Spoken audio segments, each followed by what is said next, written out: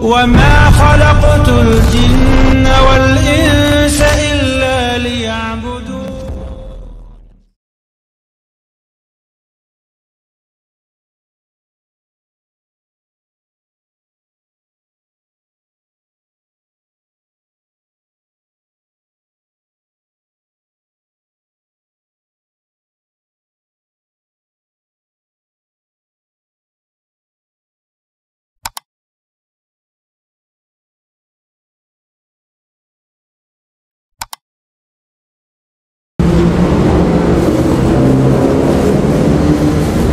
Assalamualaikum warahmatullahi wabarakatuh.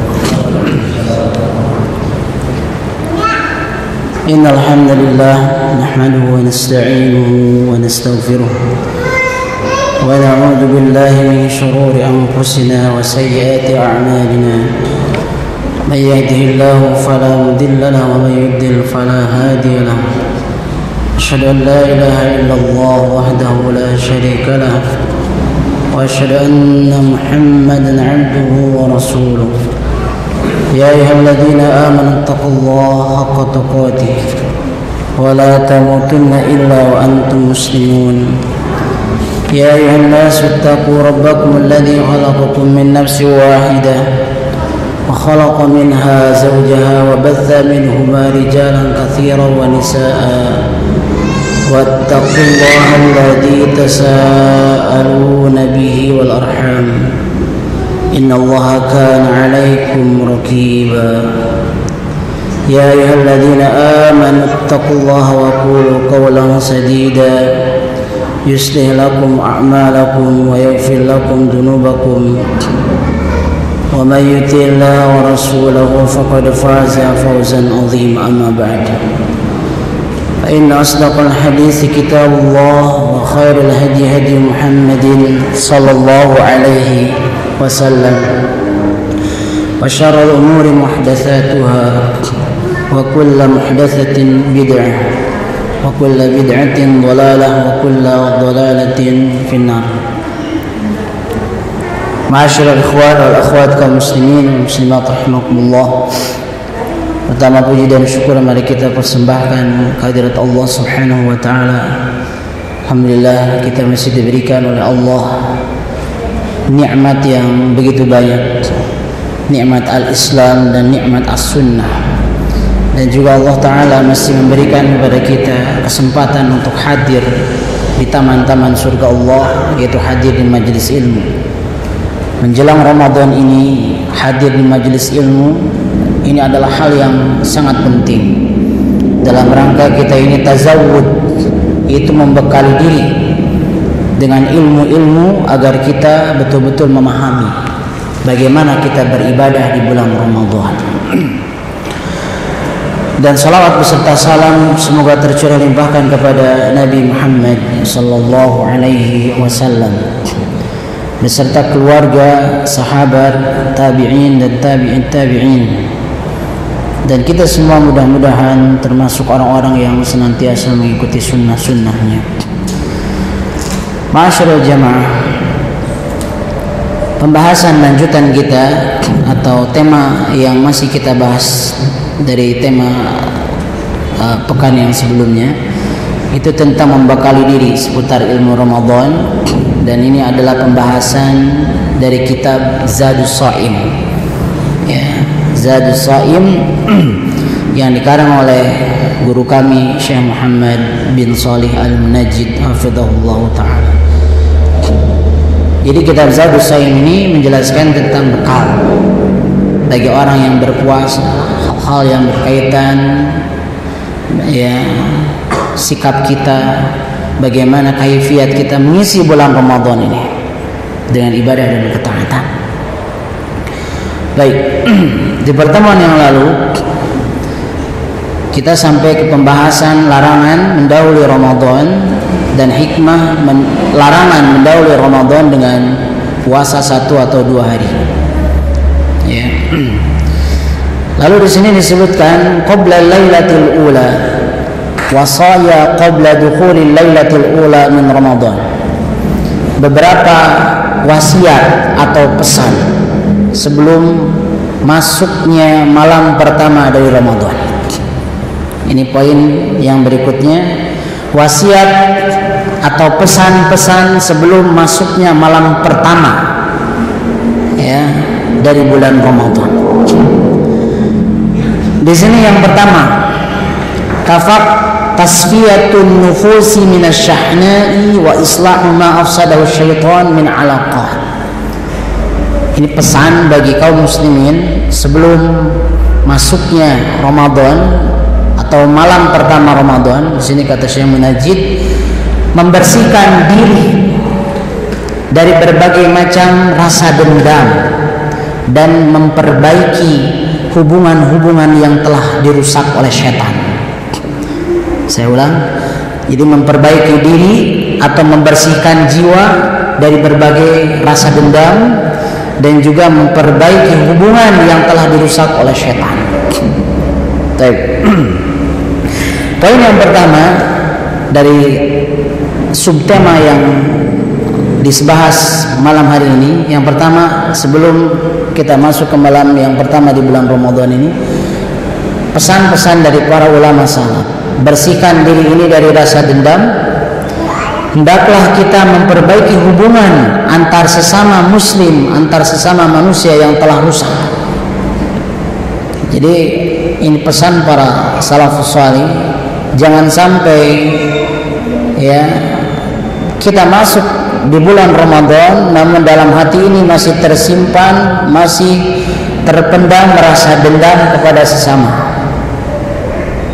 Kalau memang kita di posisi orang yang bersalah, ya kita minta maaf.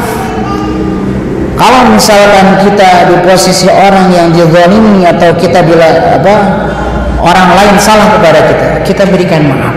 Hilangkan rasa syahna, hilangkan rasa dendam. Karena kata Nabi SAW disebutkan dalam hadis, ini bisa kita baca di dalam Kitabul Adab atau Babul Jami, Kitabul Jami dalam Bulughul Maram, laisal mu'min bihaqud, laisal mu'min bihaqud.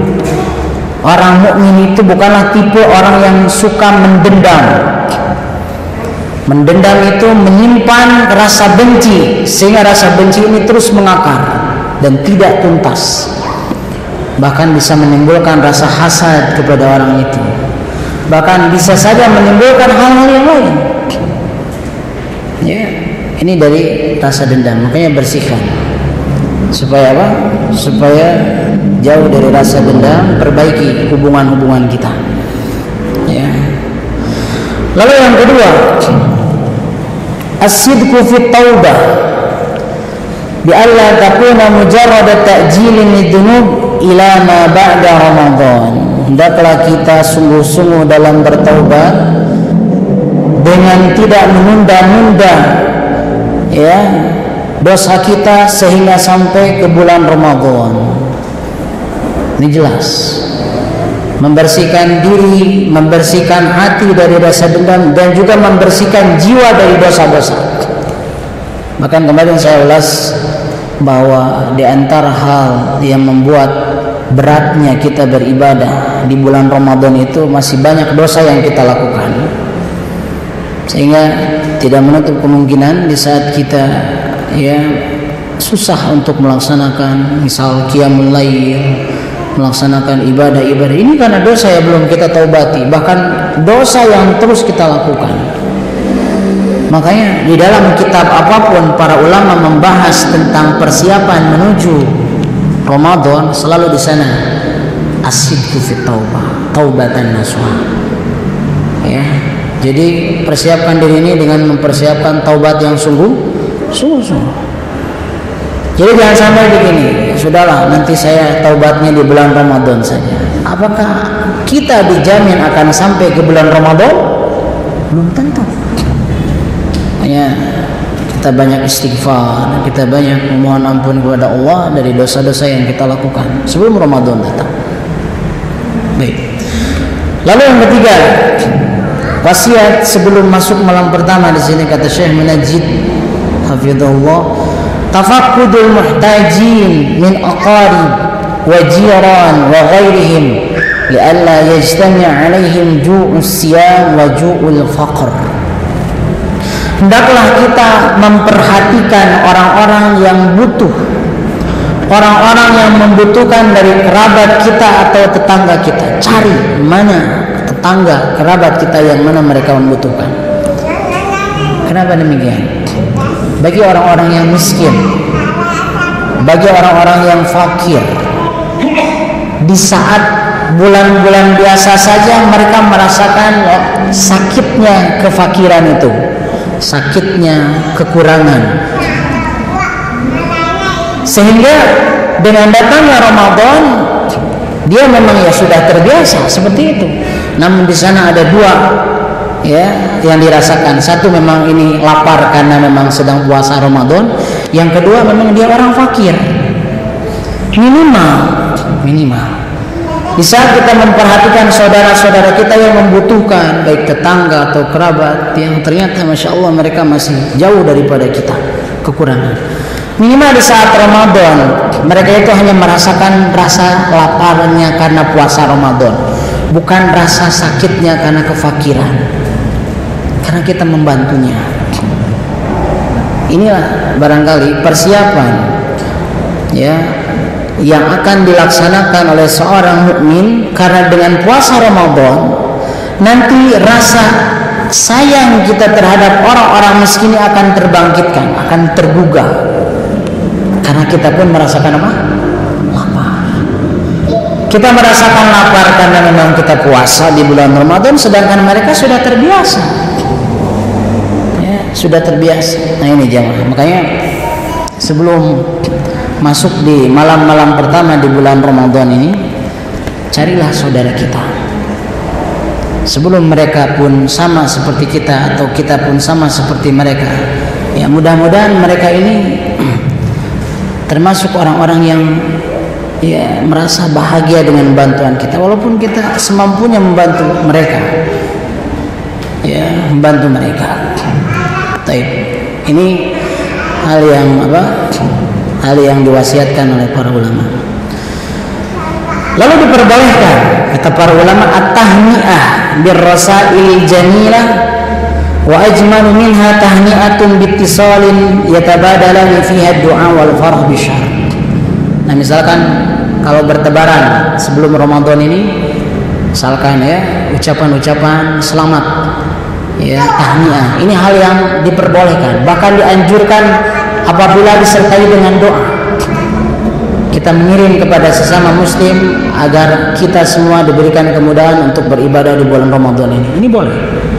Ini adalah wujud kegembiraan kita dengan datangnya bulan Ramadan.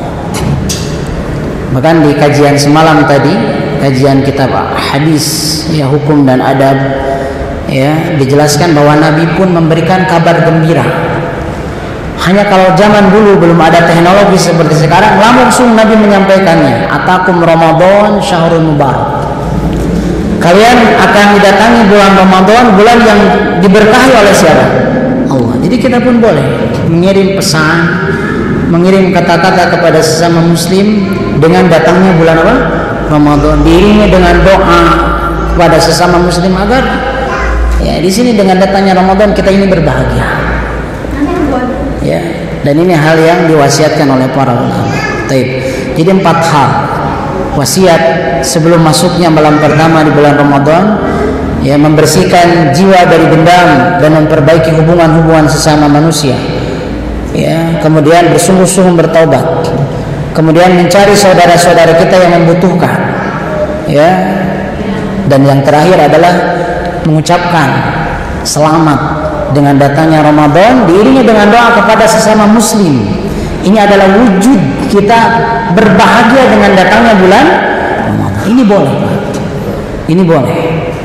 Ya, bahkan Nabi mengatakan atakum Ramadan syahrul mubarak. Ini salah satu tahniah, ucapan selamat dari Nabi SAW kepada para sahabat. Baik. Lalu berikutnya taharriyul hilal. Nah ini di malam-malam menjelang Ramadan hendaklah kita mencari-cari hilal, ya, menyelidiki dan memperhatikan hilal.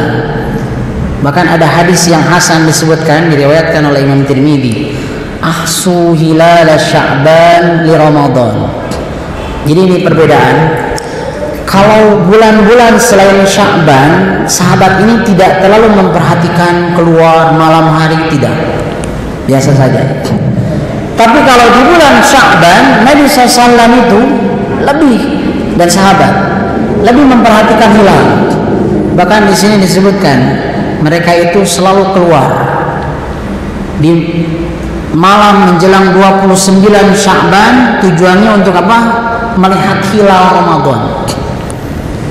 Ya, kalau sekarang kan kita difasilitasi ya oleh Kementerian Agama, oleh pemerintah kita, oleh hukumah kita. Jadi kita karena memang tidak memiliki kompetensi melihat hilal, ya, maka kita serahkan kepada ulul amri dalam hal ini. Kalau sahabat dulu itu langsung mereka keluar, mereka melihat apakah hilal ini sudah datang. Ini menandakan mereka rindu, sangat merindukan datangnya bulan apa? Ramadan. Ya, nah, jadi di sini disebutkan, ya, mereka keluar di saat menjelang maghrib di tanggal 29, karena memang ru'yatul hilal itu biasanya dilaksanakan di 29 Sya'ban, bukan di tanggal 30. Karena bisa saja Sya'ban itu 29 hari, besoknya sudah jatuh tanggal 1 Ramadan. Andaikan dulu sahabat melihat hilal di saat matahari terbenam itu, besok langsung puasa. Kalau misalkan hilal itu terhalangi, maka Nabi SAW menyuruh untuk menyempurnakan Sya'ban. Jadi berapa hari? 30 hari. Jadi sahabat itu sangat merindukan Ramadan. Lalu bagaimana hukumnya melihat hilal dengan alat-alat teropong, misalkan alat-alat teknologi seperti teleskop, ya, dan lain sebagainya? Ini hal yang diperbolehkan. Misalkan kalau ada orang yang mengatakan gak boleh menggunakan teropong misalkan, karena ini tidak digunakan di zaman Nabi, harus langsung pakai apa? Mata. Ini terlalu berlebihan jemaah. Katanya mengikuti sunnah Nabi, tapi ru'yatul hilal pakai apa? Teleskop. Ya, karena memang sekarang sudah ada alat yang memudahkan kita untuk meru'yat hilal, jadi gunakan saja. Walaupun di zaman Nabi para sahabat tidak menggunakan teleskop atau alat teropong itu, ini tidak masalah. Ini tidak berarti kita ini menyelisihi sunnah. Yang jelas substansi dari melihat hilal itu kita laksanakan. Ya, karena khawatir ada orang yang salah paham. Ya, gak boleh, ini alat ini haram ini. Misalkan ada orang yang mengatakan gak boleh, kalau mengikuti alat ini berarti tidak sunnah. Sama halnya dengan orang yang mengatakan, ya, kalau kita menggunakan motor, menggunakan pesawat, itu gak ada di zaman Nabi katanya. Jadi gak boleh kita menggunakan itu, berarti kita tidak mengikuti sunnah. Ya sudah, ini bagian masalah dunia, tidak masuk kepada hadis Nabi man ahdatsa fi amrina, itu tidak masuk. Yang masuk dengan man ahdatsa fi amrina itu adalah masalah-masalah agama, syariat, yang sudah datang ketentuannya dari Allah, yang tidak bisa diubah lagi. Kalau media-media yang kita pakai sekarang ini semakin maju, ini dibolehkan. Ya, jadi ini kita sering mendengar ya syubhat-syubhat yang dilontarkan dari sekian orang yang mengatakan katanya mengikuti sunnah, tapi pakai alat itu. Kan itu sudah ada di zaman Nabi. Itu sudah disepakati oleh para ulama bahwa ini hanya media untuk membantu proses ru'yatnya saja. Dan jelas ru'yatul hilal ya tetap dilaksanakan waktu maghrib. Tidak misalkan menggunakan teropong itu, jadi ru'yatul hilal dilaksanakan setelah duhur. Ini salah. Bagaimana mungkin ada hilal munculnya ba'da duhur? Ini masih ada matahari, ini tidak mungkin. Ya, jadi diperbolehkan melihat hilal itu apa? Menggunakan alat-alat yang canggih dan modern, ya, sehingga kita ini dipermudah dengan alat itu. Kita tinggal menanti saja informasi dari pemerintah kita. Besok ya jatuh 1 Ramadan, kita ikuti saja. Tidak usah kita ragu. Saya ingin melihat hilal. Kalau kita bisa, silakan. Ya, kalau tidak bisa, gegabah ya jangan. Ya, karena harus didasarkan kepada kemampuan yang betul-betul ya. Tidak bisa seenaknya kita mengatakan saya bisa, padahal tidak bisa. Lalu berikutnya di sini disebutkan ya, jadi ini beberapa poin kecil singkat sebenarnya. Niatus siyam, yaitu tentang niat puasa. Ini dari sekilas saja dulu. Nanti bagian materi-materi saumnya nanti di bab berikutnya. Niat saum atau niat puasa ini termasuk salah satu syarat dari sahnya saum kita. Lail fala siyamana. Siapa yang tidak berniat dari waktu malam untuk berniat puasa, maka tidak sah puasanya. Wa hiya azmul qalbi 'ala siyam. Wa man tasakhkhara nawiyan as-siyam ajza'ahu dhalik. Wan niyatu mahalluha al-qalbu wa la yushra'u at-talaffuz biha. ولا بد من ثبتها فيما بين غروب الشمس إلى طلوع الفجر وتكفي نية واحدة عن الشهر كله في أوله والأفضل أن يجدد النية كل يوم. Jadi ini poin singkat sudah yang dipaparkan oleh Syekh Munajjid ini. Kalau kita berniat itu harus ada kebulatan yang keinginan yang kuat di dalam hati kita. Kita ini ingin melaksanakan saum, misalkan orang yang melaksanakan sahur, lalu dia dari saat itu dia berniat, saya sahur ini mau puasa, di dalam hati. Ingat, niat itu tempatnya di mana? Di hati. Sepakat para ulama semua bahwa tempat niat itu di dalam hati. Menurut pendapat yang sahih, ini dengarkan. Menurut pendapat yang sahih, tidak disyariatkan mengucapkan niat puasa. Menurut pendapat yang sahih, ya, walaupun ada sebagian yang masih mentalafudkannya, sebenarnya cukup dengan hati kita. Kalau kita bangun lalu kita sahur di waktu itu, kita di dalam hati sudah diiringi bahwa saya ini besok akan apa? Saum, akan puasa. Ini sudah sah, ya. Jadi ini harus dipahami jemaah. Jadi kalau ada orang yang mentalafudkan niat tapi tidak diiringi dalam hatinya, ini tidak sah. Karena yang mencukupkan itu cukup di hati saja. Ya, harus ada niat.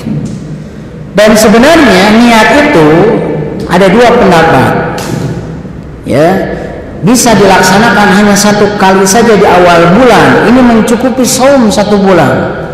Nah, ini kalau dalam fikih madzhab arba'ah ini adalah pendapat Imam Malik. Jadi niat 1 bulan 1 kali saja.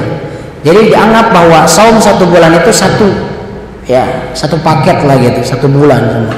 Makanya niatnya 1 kali. Ini dibolehkan. Hanya saja yang afdol. Kalau kita nanya yang lebih utama yang mana? Niat itu setiap malam diperbaharui. Setiap malam saya besok mau puasa. Saya besok mau puasa. Ya, karena setiap malam itu kita mengakhiri puasa kan dengan iftar ini.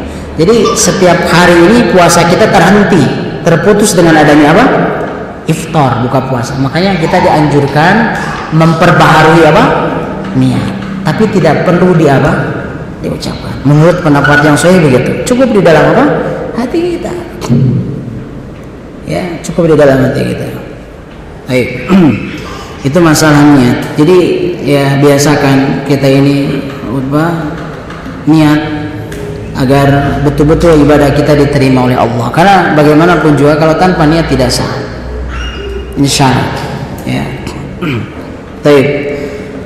Lalu berikutnya, ya, sebelum kita menyesal di akhir. Nah, ini poin-poin yang berikutnya. Poin berikutnya, sebelum kamu menyesal di akhirnya. Sebelum kamu menyesal akhirnya atau sebelum akhirnya kamu menyesal di saat Ramadan datang, supaya engkau tidak merasa menyesal nanti di akhirnya, sekarang menjelang Ramadan, kita sekarang tinggal beberapa hari lagi akan memasuki awal-awal Ramadan. Ya, hendaklah kita bersemangat. Kita bersemangat. Dan siapapun yang menginginkan pahala yang lebih besar, maka di saat datang akhir dari bulan apa? Bulan Ramadan, maka hendaklah dia itu semakin semangat. Jadi mukmin itu agenda ibadahnya di awal Ramadan dia semangat, di akhir Ramadan dia lebih semangat. Itu mukmin. Kenapa? Karena dia tahu bahwa semakin akhir ini Ramadan ini pahalanya semakin besar. Apa yang kita cari di akhir-akhir Ramadan? Lailatul Qadar. Jadi jangan sampai jamaah kita ini lengah. Ini baru tanggal 1. Tidak terasa 1 sampai 10. Baru 10 hari. Setan ini pandai. Baru 10 hari. Masih ada 20 hari lagi. Tidak terasa 11 sampai 20. Ini tidak terasa. Di tanggal 20 sifat malas dan futur ini mulai melanda. Di akhir-akhir Ramadan kita sudah lelah bekerja, boro-boro kita hadir sholat tarawih, boro-boro kita i'tikaf memperbanyak tilawah Al-Quran, boro-boro. Yang ada banyak tidur dan tidur. Ini masuk kepada sabda Nabi. Kata Nabi dalam hadis riwayat Tirmidzi, rogima anfu rajul. Rogima anfu rajul ini ungkapan yang bukan sesungguhnya. Ya, anfu itu hidung, rogma itu tanah. Jadi kalau ada istilah orang Arab gini ya, kalau rogima anfu rajul ini si hidung itu sampai nempel ke tanah, ini simbol kehinaan maksudnya. Jadi lebih jelasnya orang ini rugi. Ya, orang ini ada rugi. Rugilah seseorang, kata Nabi, dakhala alaihi Ramadan, masuk Ramadan kepadanya. Tidak terasa Ramadan tanggal 1 sampai 10, 10 sampai 20. Beres, suman salah. Kemudian selesai Ramadan itu, suman salah qabla ayyughfaralahu. Beres Ramadan, tidak ada ampunan yang dia peroleh selama bulan Ramadan. Bayangkan. Misalkan saumnya dihiasi dengan maksiat-maksiat, tidak menjaga anggota tubuh, tidak menjaga pandangan, tidak menjaga lisan. Emang itu akan mendatangkan ampunan? Tidak. Setiap malam tidak dia isi dengan qiyam Ramadan. Lalu dengan itu apakah dia akan apa? Apakah dia akan apa? Apakah dia akan mendapatkan ampunan? Tidak juga. Ya.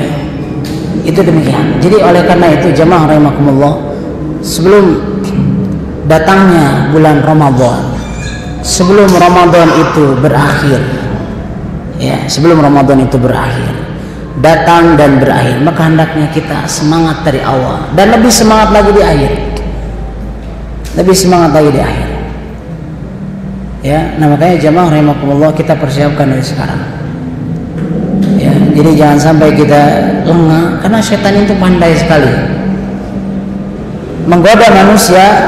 Bagaimana caranya agar kita ini termasuk orang yang lengah di bulan Ramadan sehingga Ramadan berlalu kita tidak mendapatkan ampunan sama sekali. Alhamdulillah. Apa gunanya nanti kita berhari raya dengan senang-senang dengan keluarga kita tapi tidak ada ampunan yang kita peroleh? Ini rugi, Pak. Ini rugi. Ya memang secara zahir kita senang kan? Kita berkumpul dengan keluarga, tapi kan di sisi Allah kita tidak tahu. Ya. Nah ini makanya sebelum akhirnya kita menyesal. Ya, sebelum akhirnya kita menyesal. Karena memang penyesalan itu bukan datang di awal, biasanya di mana? Akhir. Penyesalan itu datang akhir. Baik. Lalu berikutnya di sini kalau di bulan Ramadan ada yang disebut dengan tasbidus syayatin, setan-setan itu akan diikat dan dibelenggu. Ya, ini pernah kita baca, ya bahkan pernah saya bacakan hadisnya bahwa bila mana Ramadan masuk maka pintu surga atau pintu langit dibuka dalam satu riwayat. Kemudian pintu neraka ditutup dan setan-setan yang nakal itu diikat. maradatus syaitan. Nah ini jamaah rahimakumullah, bulan Ramadan dimuliakan oleh Allah dengan diikatnya setan. Tadi disebutkan pintu surga dibuka, pintu neraka ditutup, dan setan-setan diikat. Ya, di sini disebutkan tentang setan diikat, sering, dan ini timbul pertanyaan kepada guru-guru kita, kepada para masyayikh kita. Ini pertanyaan ini sering muncul. Ya, kata mereka, limada tahdusul ma'asi fi Ramadan wa qad sudsilatis syayatin. Sering muncul di benak kita, kenapa di bulan Ramadan masih ada maksiat? Katanya setan itu diikat. Kan aneh kan? Setan diikat, kalau kita mafhumnya berarti akan bebas dari apa? Maksiat. Tapi ini kita tidak pungkiri, kita lihat dengan mata kita lihat di media, di televisi, bahkan berita-berita tentang kemaksiatan misalkan di bulan apa? Ramadan. Tidak henti-hentinya. Timbul pertanyaan, ya, bukannya setan itu diikat? Di sini disebutkan, ya, kila at-tasbih bil marada wa laysa likulli syayatin, wa kila at-tasbih yud'ifu harakataha wa la yumna'u waswasataha. Fa idza udifa ila hadha syayatin al-ins wan nafsil ammara bisu' alimna sabab wuqu'il ma'asi fi Ramadan. Walakin yabqa syarru fihi aqfal. Baik. Nah ini jamaah rahimakumullah, sebenarnya kalau kita lihat, ya, ini kata Syekh Munajjid, bahwa yang dimaksud setan yang dibelenggu ini adalah setan-setan yang nakal tadi dari kalangan jin. Yang dibelenggu ini bukan berarti dibelenggu mereka ini tidak mengganggu secara total, namun mereka ini ditundukkan dan dilemahkan. Itu maksudnya. Jadi bukan berarti setan itu tidak mengganggu, kata para ulama. Ya, seakan-akan kontradiktif antara sabda Nabi dengan realita, gitu kan? Ya. Jadi sebenarnya setan di bulan Ramadan ini jadi dilemahkan, ditundukkan. Ini berarti bagi orang-orang yang bisa menundukkannya dengan ibadah saum. Nah, gitu makanya jawab rahimakumullah. Di saat misalkan saya sering melihat kemaksiatan, kita tanya, oh mereka tidak saum, jelas. Bagaimana mungkin dia bisa menundukkan setan kalau dia tidak saum? Kalau misalkan ada pertanyaan lagi, saya tanya, orang yang bermaksiat itu siang harinya mereka puasa. Lalu apa yang salah? Puasanya yang bermasalah. Ya, sama halnya misalkan kalau kita mempermasalahkan ayat Al-Quran surah Al-Ankabut ayat 45, innas sholata tanha 'anil fahsya'i wal munkar. Allah menyatakan salat itu katanya mencegah dari perbuatan keji dan munkar. Tapi kita tanya, ini orang-orang yang maksiat ini banyak mereka itu sholat. Nah ini ya bukan salah sholatnya, ini cara mereka sholat seperti apa? Khusyukkah mereka? Sesuai dengan tuntunankah? Nah ini ada masalah pasti.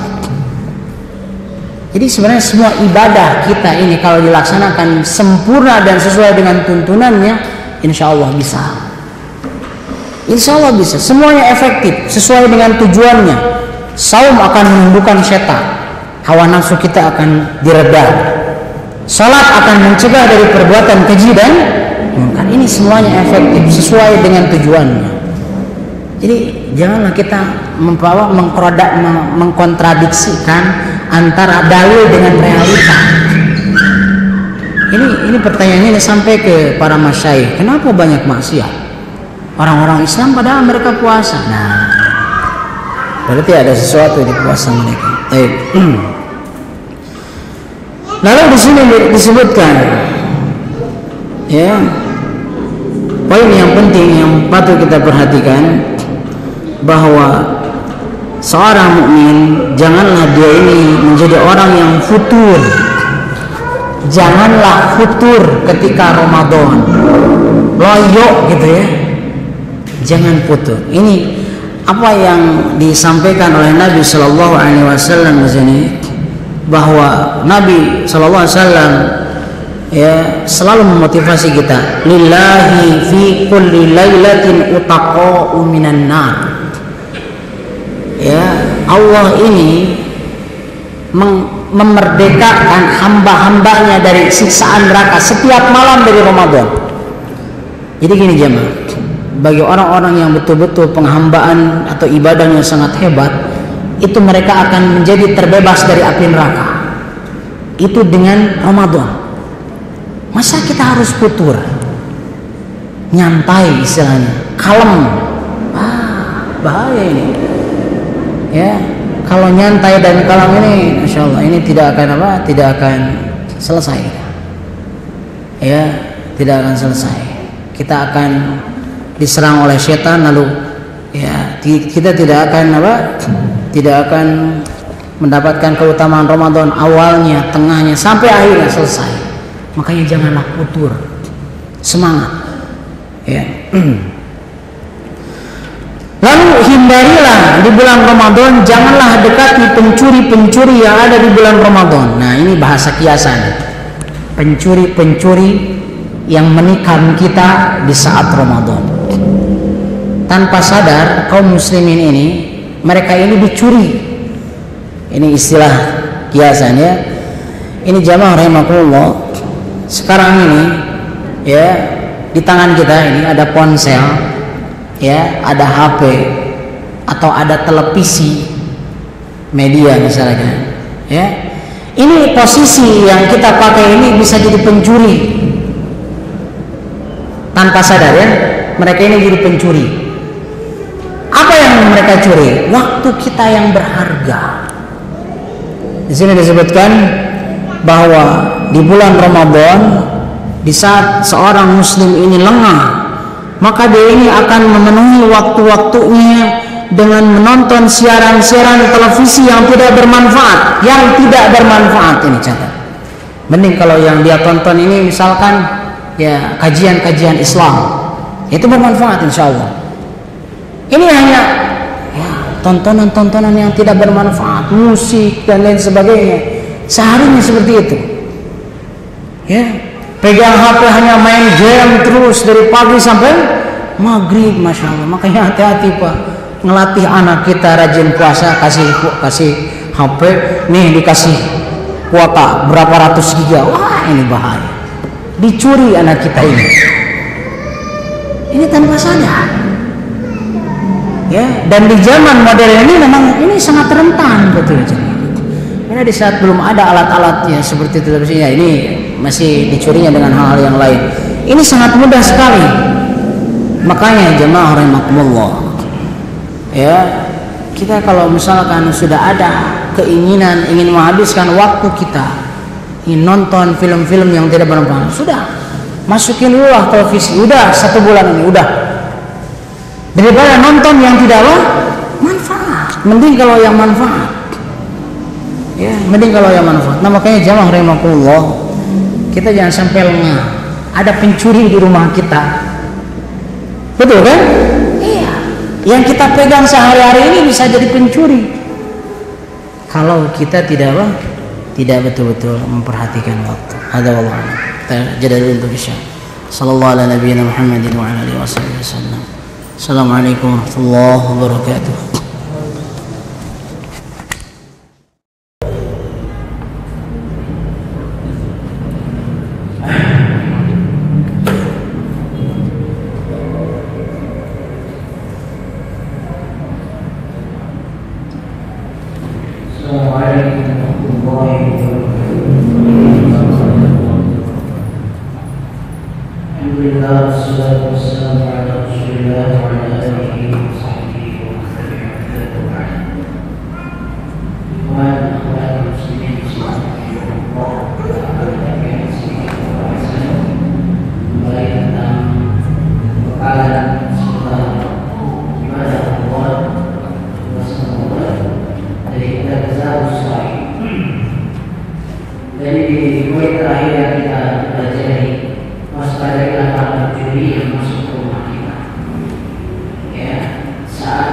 Bulan Ramadan jangan sampai kita menjadi lemah, lalai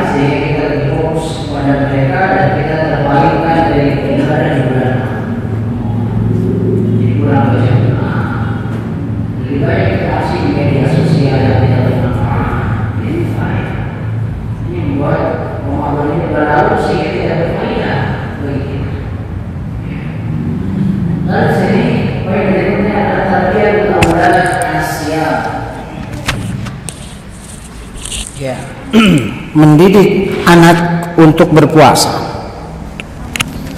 Mendidik anak untuk berpuasa ini adalah hal yang sangat penting, jamaah rahimakumullah. Di sini disebutkan an Rabi' binti Muawwidh radhiyallahu anha qalat fi yaumi Asyura. Ada sahabat yang namanya sahabiyah barangkali, bukan sahabat. Jadi sahabat wanita, namanya itu adalah Rabi' binti Muawwidh. Ya, Rabi' binti Muawwidh. Jadi Rabi' ini adalah seorang salah satu sahabat wanita, ya, atau Rubayyi. Ada yang membacanya Rabi', ada yang membacanya Rubayyi. Ini nama wanita, ya, binti Muawwidh. Dia di saat datang hari Asyura, dia mengatakan, kunna nasumuhu wa nusawwimu sibyahana.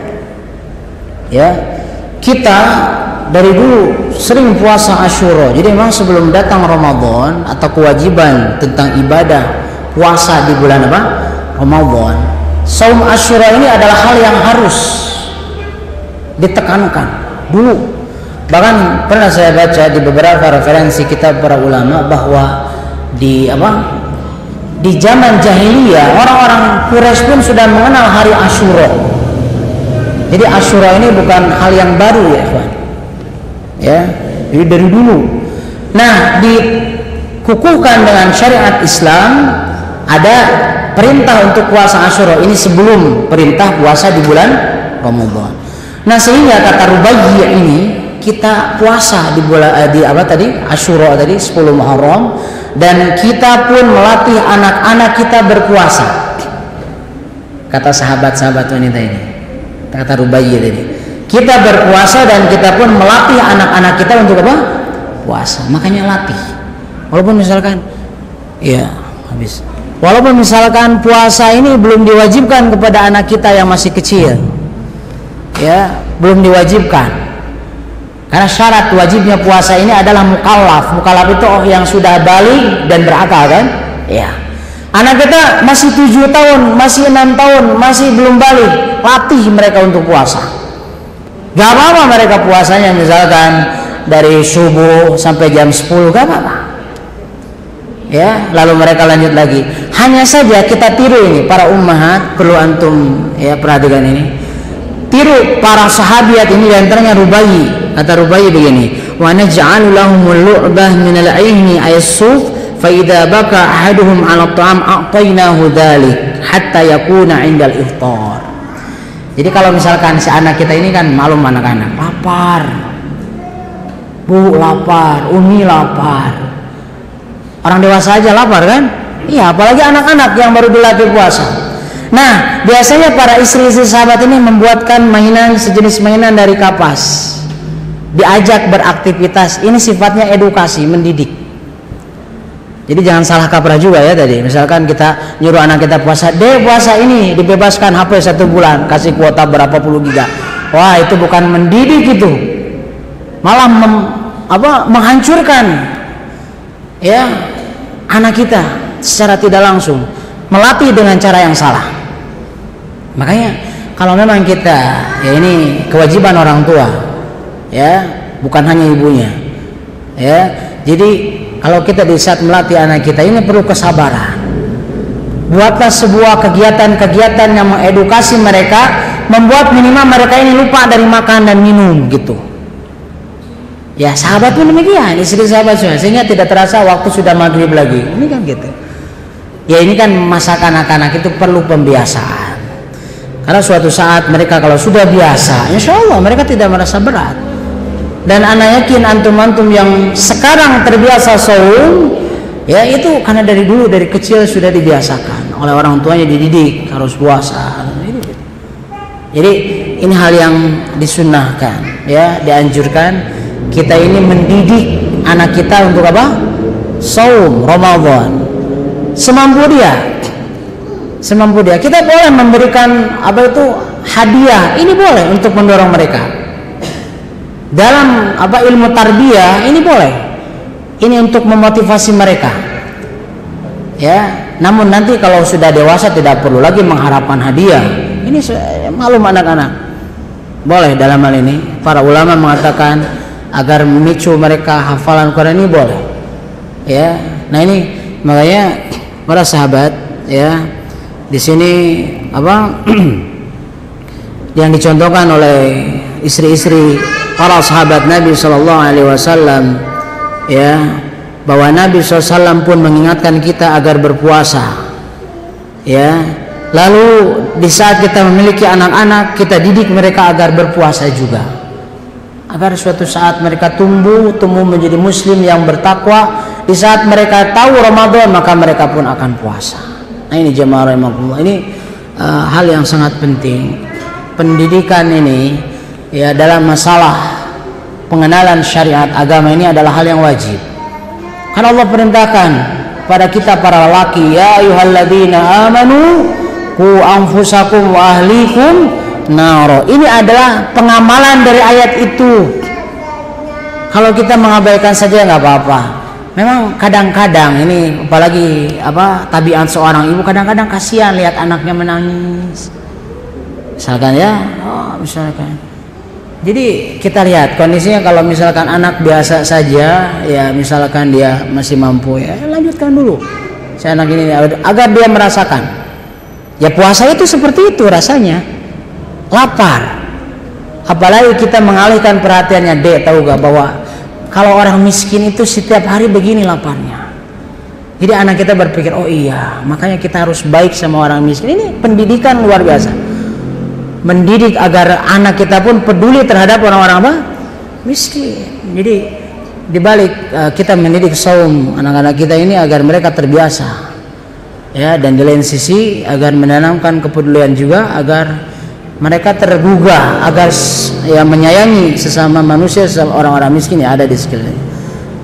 Nah, barangkali ini lanjutan pembahasan kitab Zadus Shaim dan masih banyak beberapa poin-poin. Jadi kitab Zadus Shaim ini bukan pembahasan fikih yang sifatnya mutlak, tidak seperti pembahasan fikih-fikih yang lain, tidak. Jadi ini beberapa poin-poin yang ringan, namun ada hubungannya dengan ibadah saum. Begitu. Jadi pembekalan ini sifatnya seperti motivasi. Ya, motivasi, dan ini diambil dari hadis-hadis dan ya, ayat-ayat Al-Qur'an. Tapi barangkali ini saya kira cukup untuk kesempatan malam hari ini. Mudah-mudahan bermanfaat. Sebelum mana tutup, ada pertanyaan silakan.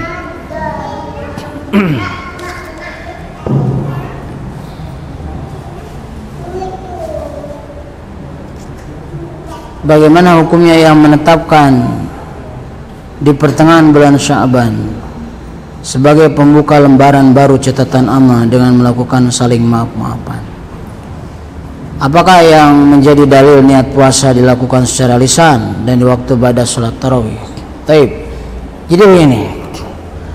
Jadi sebenarnya amal kita itu setiap hari Kamis dan hari Senin ini diangkat oleh Allah. Ini ya. Menurut pendapat yang sahih itu berdasarkan hadis yang diriwayatkan dari Abu Daud kalau tidak salah, Sahih Sunan, bahwa amal perbuatan manusia itu diangkat oleh Allah setiap hari Senin dan Kamis. Makanya kenapa Nabi Shallallahu Alaihi Wasallam beliau ini mencontohkan umatnya agar melaksanakan saum di hari Senin dan Kamis. Dari sisi kalau hari Senin itu adalah hari di mana beliau dilahirkan, ya. Dan menurut para ulama di hari 2 ini pun berdasarkan hadis ini diangkatkan amal kita. Jadi sebenarnya bukan setahun sekali, setiap pekan amal kita diangkat. Itu menurut hadis yang sahih. Ya, menurut hadis yang sahih. Nah, kita tidak menghususkan bermaaf-maafan di tanggal 15 Sya'ban, tidak. Sebenarnya poin yang pernah kita pelajari di pembahasan kitab ini, kita ini harus bertaubat kepada Allah, dan taubat ini banyak caranya. Kita bertaubat misalkan karena ada kesalahan kepada sesama manusia, kalau kita salah ya harus meminta maaf. Tidak ada kaitannya dengan tanggal 15 Sya'ban, tidak ada korelasinya. Kita meminta maaf karena kita ini berbuat salah, betul kan? Kita memberi maaf, ada orang berbuat salah sama kita. Ini ditekankan ya, kalau Ramadan menjelang agar tadi hubungan antar sesama manusia ini baik. Namun bukan berarti khusus di 15 Sya'ban. Beda kan? Beda. Kalau konteksnya ini adalah malam 15 Sya'ban, saya mohon maaf, ini tidak dianjurkan. Bahkan sahabat, para ulama pun tidak menganjurkan itu. Yang ada, kalau kita ada salah sebelum Ramadan datang, minta maaf segera. Mau tanggal 1 Syaban segera. Gitu maksudnya. Jadi jangan sampai ada dosa sesama manusia terbawa sampai bulan apa? Ramadan. Nanti ini akan susah kita ibadah. Taib. Itu yang pertama ya. Jadi tidak ada syariat untuk menghususkan maaf-maafan. Ya, maaf-maafan. Lalu yang kedua, apakah yang menjadi dalil niat puasa dilakukan secara lisan dan di waktu ba'da sholat tarawih? Nah, taib. Ini sudah saya jelaskan tadi bahwa sebenarnya tidak ada ini secara sharih dari Nabi SAW dan para sahabat perintah untuk melafadzkan niat. Niat itu sudah dikenal oleh orang Arab. Kata niat itu perbuatan hati. Orang Arab ini. Niat itu bahasa apa sih, Pak? Bahasa Arab. Yang lebih tahu bahasa Arab ya Nabi dan sahabat. Niat itu sudah jelas dalam apa? Hati. Hanya saja ini afwan ya. Kita kalau membahas fikih, ini ada fikih dari kalangan mutaakhirin, ada sebagian fuqaha dari kalangan mutaakhirin yang menganjurkan talafuz bin niat. Namun kalau kita menanyakan dalil, tidak ada dalil. Ya. Kalau misalkan ada penjelasan para ulama, ya saya pun tidak memungkiri, ada. Saya pun bisa membuka kitab itu. Ada ulama, termasuk talafuz bin niat sholat, ada.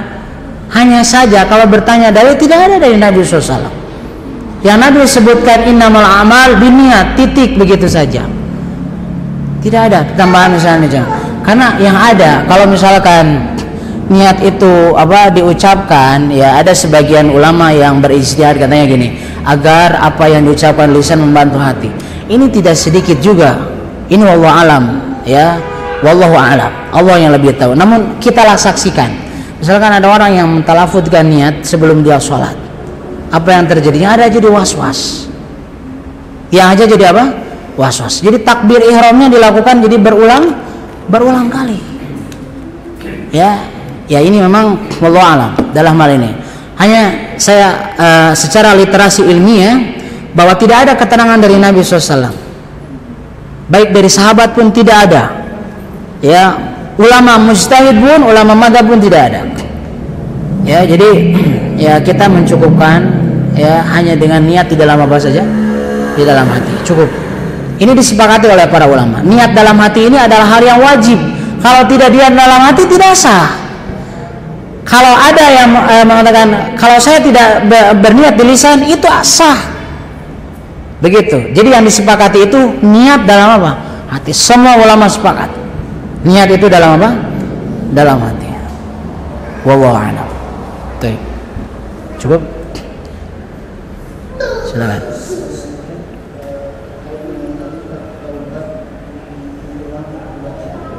Kurang jelas apa ini? Bagaimana jika kita taubat namun saat Ramadan kita berpuasa atau saat Ramadan terjebak lagi ke dalam maksiat, lalu kita taubat lagi terjebak lagi dalam maksiat, itu apakah ibadah saum kita diterima oleh Allah Subhanahu wa taala? Baik. Ya. Kalau berkaitan dengan taubat, misalkan gini, Anda paham pertanyaannya. Jadi gini, kalau misalkan kita sudah taubat sebelum Ramadan ya, tapi ya qadarullah misalkan kita lengah, kita terkena was-was godaan syaitan lagi, akhirnya terjerumus tadi dalam maksiat. Ini kata para ulama, terus kita ini dianjurkan untuk tajdidut taubah, memperbaharui taubat. Jadi jangan taubat itu terputus saja sudah, terus bertaubat. Jadi gini, kita jangan kita jangan merasa kecil hati, saya ini terus berbuat salah. Selama kita bertaubat, terus bertaubat, mudah-mudahan itu adalah cara kita untuk membersihkan dari dosa. Namun lebih baik itu sampai kita hentikan. Itu yang disebut dengan taubatan nasuha. Jadi ini hal yang sebenarnya masih bagus seperti itu. Ya, kita terus memperbaharui taubat. Kita salah, kita taubat. Kita salah, taubat lagi. Ya, Allah akan menerima taubat kita insyaallah. Ya, jadi tidak ada sebenarnya yang disebut dengan taubat sambal itu gak ada. Ya, jadi saya belum menemukan di balam-balam. Jadi taubat itu kalau kita melakukan kesalahan segera taubat. Emang begitu. Karena setelah taubat juga kita tidak menutup kemungkinan akan salah lagi kan? Iya. Hanya usahakan jangan sampai ada satu kesalahan yang sama itu. Mukmin itu biasanya la yuldagul mu'min min juhrin marratain. Mukmin itu tidak digigit dari satu lubang berapa kali? 2 kali. Nah makanya taubat kita dianjurkan taubat dan nasuh. Jadi hentikan perbuatan ini. Ya, baik. Wallahu a'lam. Benar kira cukup. Insyaallah nanti kita akan lanjutkan di pertemuan-pertemuan yang akan datang. Barangkali nanti ba'da asar ya. Insyaallah. Baik. Hada wallahu a'lam. Subhanakallahumma bihamdika asyhadu an la ilaha illa anta astaghfiruka wa atubu ilaik. Assalamualaikum warahmatullahi wabarakatuh.